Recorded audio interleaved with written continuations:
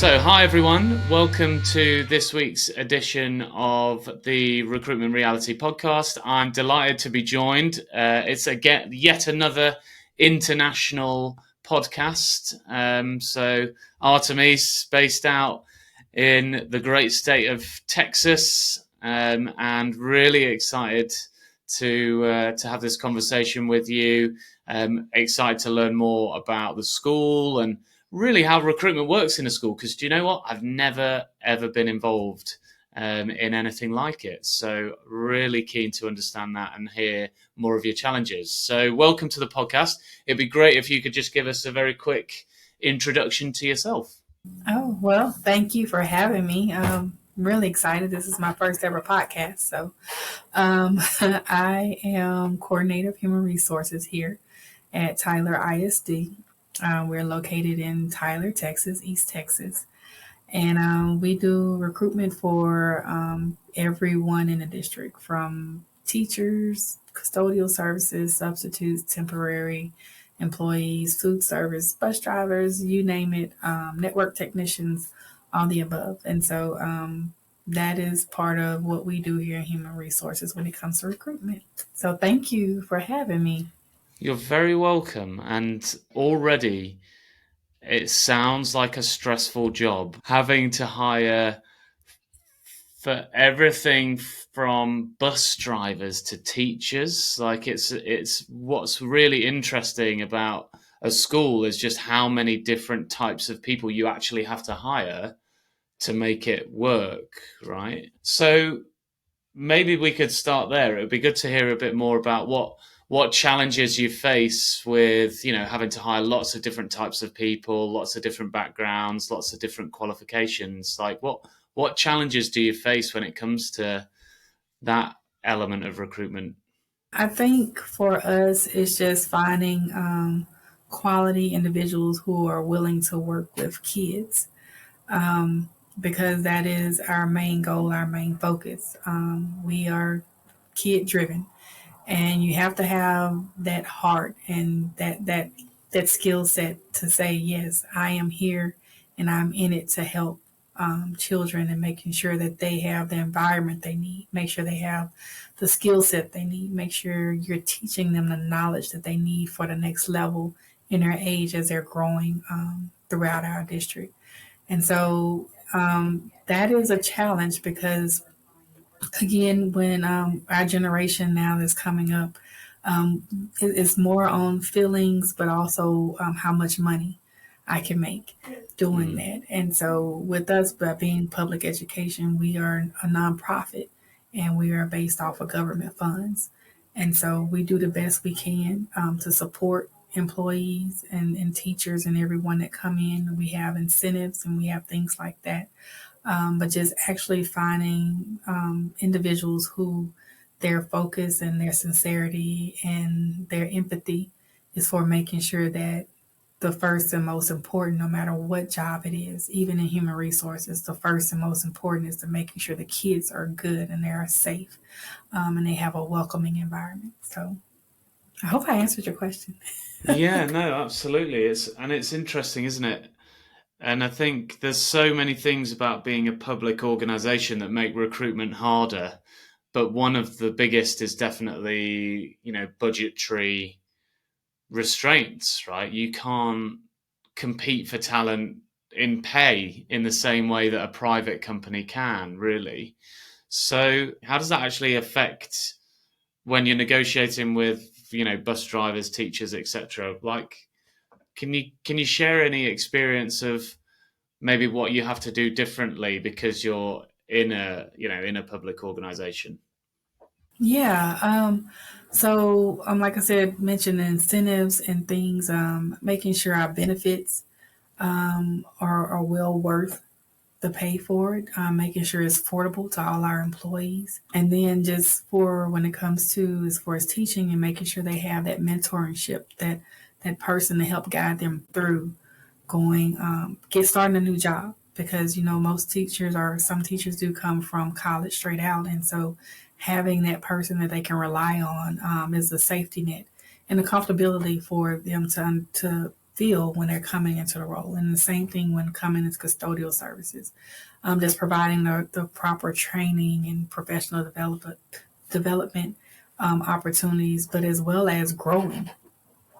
We have several programs to where if you are interested in being a teacher, and maybe you haven't yet obtained your degree or anything like that, we have partners with universities that our employees can join in on. And so just for our focus is incentive and what you can gain, not just by being the teacher or bus driver, but just the overall community of it. We consider ourselves a family.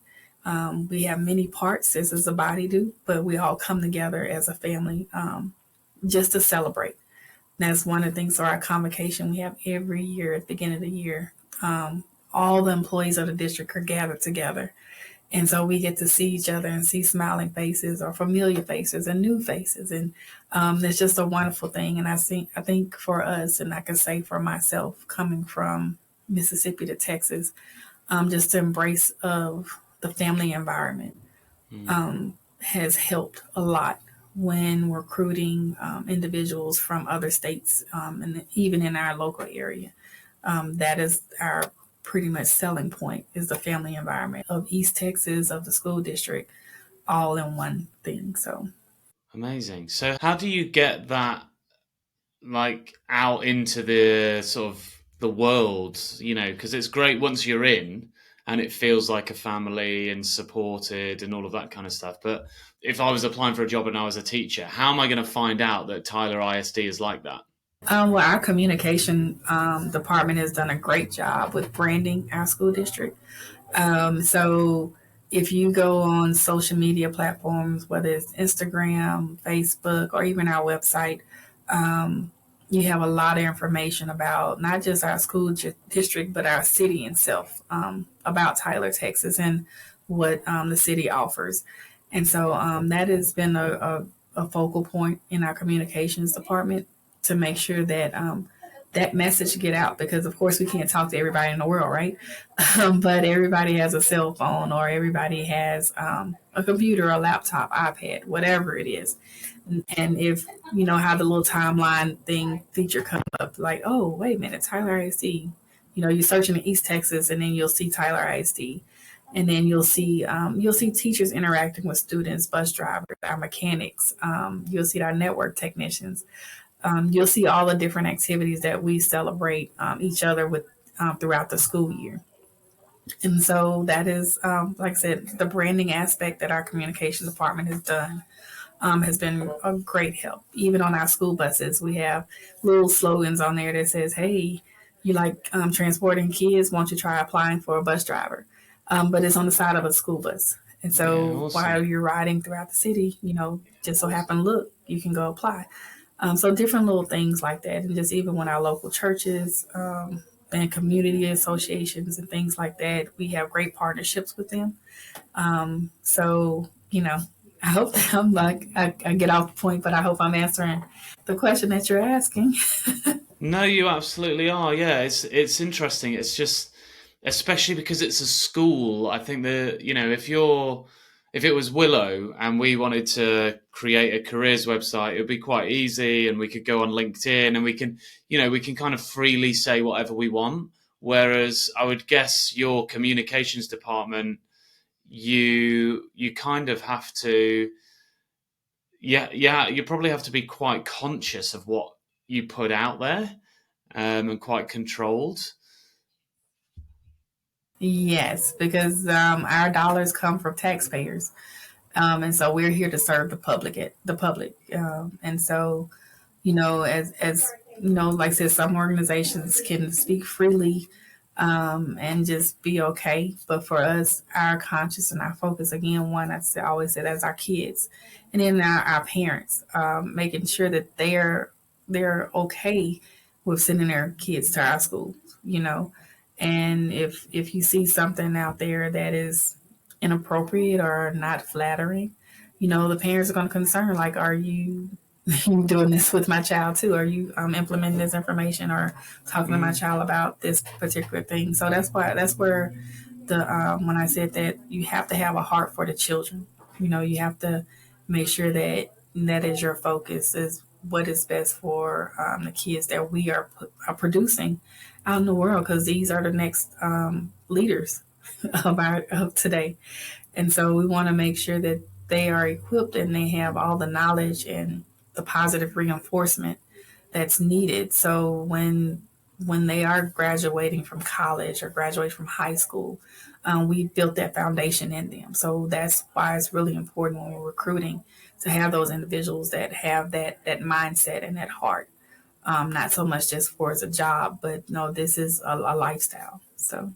Amazing. Yeah. What I think would be nice to talk about next, and what would intrigue me, is what you're talking about there is really values of the individual, right? So how much do they value the child's education and environment to make sure they are a leader of the future? So what do you do in terms of assessing applications? Because being able to see that on a piece of paper, on a resume, is like really difficult. How does your process bring those values out over time? When you're looking at resumes, you're looking at applications and things like that and experiences. It's kind of, you can base your interviews off of those ideas and what you see and what you're looking for. But that's where Willow has helped us now, to where we have the live interview screening. And so that resonates with, okay, does it match the resume, or is the resume just generated to get a job? So, thanking Willow and putting that plug into, but no, thanking Willow for that opportunity, because again, with AI, a lot of resumes and cover letters are automatically generated. So how do we really tell if on paper this person's who they are? So with this live interview recording, that it has helped us tremendously just in this last couple of weeks to determine, okay, who we would like to invite for, back, or who we'd like to invite for another interview in front of a larger panel and on a larger scale. So that has tremendously helped us narrow down those. Because, again, we're East Texas, and so we're not a large metropolitan area. However, we are large in heart and we are large in city. And so you have to have that fit for this. And so again, with Willow, it has helped us tremendously narrow down those options and quality. That's good to hear. Thank you for the plug. You didn't have to just do that for me. But in terms of the next stage, you talked about a larger panel interview. Once you've put somebody through a Willow, you've looked at their resume, etc., what does the next phase of the interview actually look like? Like, am I coming into a large kind of diverse panel of individuals? Again, because as a public organization, you have such a duty of care, right, to find the right people. How does that work? So after that, then the larger panel, it all depends on a position. So if it's a teacher, we put them in front of principals who have vacancies. If it's a substitute, we are putting him in front of just myself and others to just have another deeper conversation. Because again, with the substitutes, we need those who are willing to work and who are willing to work with kids. So with that, the next step is kind of like the final interview. Before, the process used to be the phone interview, then you bring a person in for a second interview, and then a third interview is the final. So bringing someone in after the Willow interview is kind of like the final interview. Like, this is when you have the chance to speak to who may be your supervisor and express that this is your qualifications and why you would like to be a part of that particular school or just our school district. So it's more of the final interview for the applicant for the next stage. And then after that, we're onboarding. If they pass that, we're ready to rock and roll and bring them in our family. Awesome. So that's actually pretty quick, which is good because obviously it's quite competitive. How is the market for like teachers, etc., in East Texas? Do you find that it's a really competitive candidate market at the moment? Oh, of course, it is very competitive. Just with any industry, when you're looking for quality and you're looking for effectiveness and efficiency, there are a lot of opportunities out there. There are more opportunities now than there were before a couple of years ago.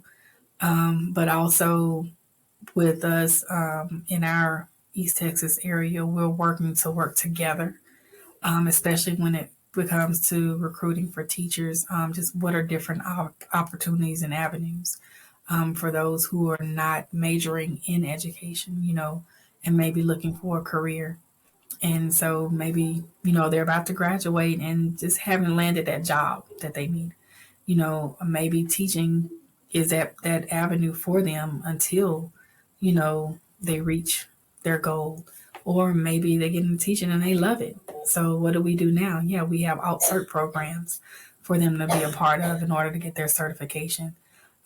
So yeah, we have different avenues and things like that, but just a competitive market in general, that's just all across board. There's always going to be some type of, hey, no, come to our district.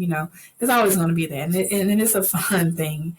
It's no animosity or anything like that. It's just trying to make sure that we want the right people in front of our kids, and so we talk about it with other school districts, and we laugh. And but when it comes to recruitment and everything like that, if we see that okay, this person is really not interested in our district, we say, hey, you know what? I think you'll be a better fit. Maybe why don't you try this district over here, because it seems like that's what you're looking for. So we don't block anybody, if that makes sense. But it is still competitive, and we put our best foot forward. Our recruiter, our facilitator of talent acquisition, Letty, she is always on point, on going head first and just speed. And I love her. She rocks it every time. Rocks it every time. That's awesome, and I think it's when it is competitive, it's so important to have that person that is like the out and out ambassador that's going to be, the person shouting about your district, your brand, your family, as you call it, and really putting themselves out there. Um, you said, Artemis, about AI in applications. I'd love to just hear a little bit more about that and your experience, really. So, how has that changed, like over recent years? Have you seen it become just a lot more prevalent? And then on the other side, what AI tools are the school using, if any, to kind of help with filtering on your side? Okay. Well, we haven't used AI as far as filtering through applications and resumes. I actually teach a course at one of the colleges here, and so that's what made me begin paying attention to AI, because I noticed that familiar words were coming up with papers and things like that, and so I just started asking questions, and that's what I actually went on and I said, hey, let me see if I can do a resume with AI. And I did. I did a full blown I mean, I looked good on paper. Oh my gosh. I was like, is that me? um, so, when I noticed that, then looking at applications in the system and everything, I'm like, okay, I see the difference in the resumes that are coming through. And again, AI is, I'm not saying it's a bad thing or anything like that, but when we're trying to narrow down, who's really in it for a job or in it for a career, then we need an extra step. And so that's where Willow come in. That's that extra step to know, which part are you here? Like I said, for a job, are you here for a career? And so again, AI is interesting. It is fun to to play around with. But we haven't implemented anything with our processes other than adding the live interview. But we haven't entered in an AI at all with us. So, Do you think you will in the future or not? I hope not, because then that means some of us will lose jobs. I don't think that'll happen. I hope we don't, because for me, that's the human side of human resources. Being able to research and look and if in my personal opinion, if we include AI, we may skip over people who we normally would have given an opportunity to just interview. And so I hope we don't, but you just never know. Never thought AI would be here, but it is. Yeah, I think it's interesting, isn't it? Because the point you make is totally valid about keeping the human and human resources. Otherwise it's going to be artificial resources, which doesn't sound right to me. So we can't right. we can't have that. But at the same time, the way I see AI working for companies is if we can make it so that it's cutting out, the stuff that you don't want to be doing as, in your human resources role or in a recruiter role, and spending more time with the right candidates to get them onboarded and that kind of stuff. That's where I see it really adding value. But thanks for your insights on that.